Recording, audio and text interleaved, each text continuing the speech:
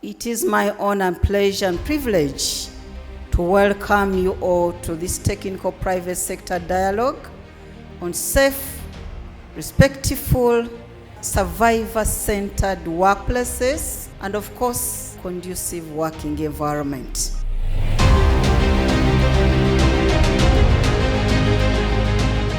This dialogue, ladies and gentlemen, comes at a critical time when the world of work is rapidly evolving.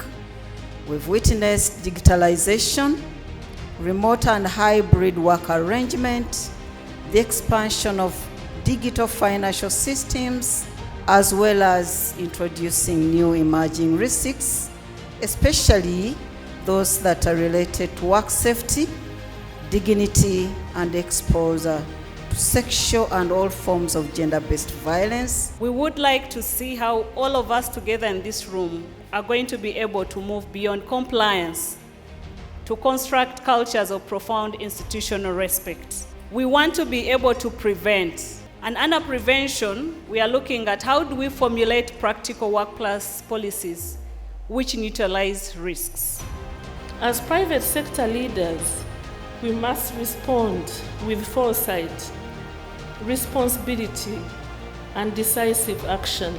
Globally, evidence from the International Labour Organization indicates that more than 1 in 5 workers have experienced violence or harassment at work. In Uganda, national data reinforces the urgency of this issue. The 2020 National Survey on Violence Against Women showed that 8% of women have experienced workplace violence, with verbal abuse accounting for 84% of reported cases. I encourage all of us here today to engage openly, think practically, and commit meaningfully so that the outcomes of this dialogue translate into real change within institutions. Do we have reporting standards in the People and Culture Committees where we say how many cases were reported on? If not any, are we providing a safe and confidential mechanism for people to speak up? Because sometimes we get carried away that no cases have been reported, therefore we must be safe.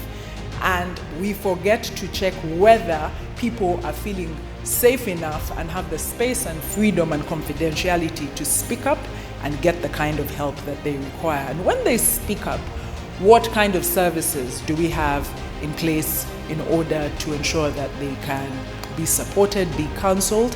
The relevant bodies should carry out regular labor inspections, but also provide penalties, especially to the offenders. And in place, there should be also proper monitoring mechanisms to ensure that issues of sexual harassment at the place of work are reported and punished. But if we make deliberate efforts to go to different stages and different companies, both the known and these ones that are upcoming, and help them understand the importance of having these policies cascaded down to every individual, perhaps they would have done it, but they do not have a clear understanding of the benefits of these policies. So that, I think, would be a great thing to do.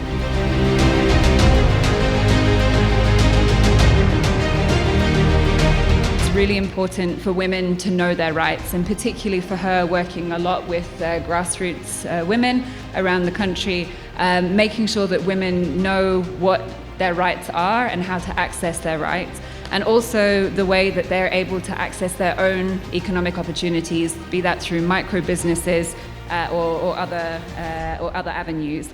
And underscoring all of this as well is the fact that education is incredibly important in claiming women's rights and their ability to also then speak out against violence. Private sector should invest on reporting channels that are safe for the victims to report. Especially the digital center private sector, such MTN, Airtel, and other companies, should ensure they invest on innovations like development of apps to ensure safe reporting by the different survivors.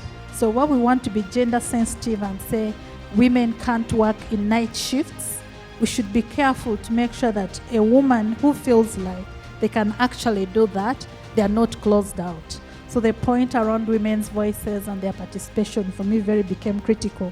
You know, one interesting thing is that a point would come up and then would have a counter to make sure that the entire discussions are gender sensitive. It has been a very productive one full day. Again, thank you to our partners, thank you to all of us. And on behalf of the Permanent Secretary, Mr. Aggrey David Chivenge, I would like to officially thank you very much. The meeting is officially adjourned. Thank you.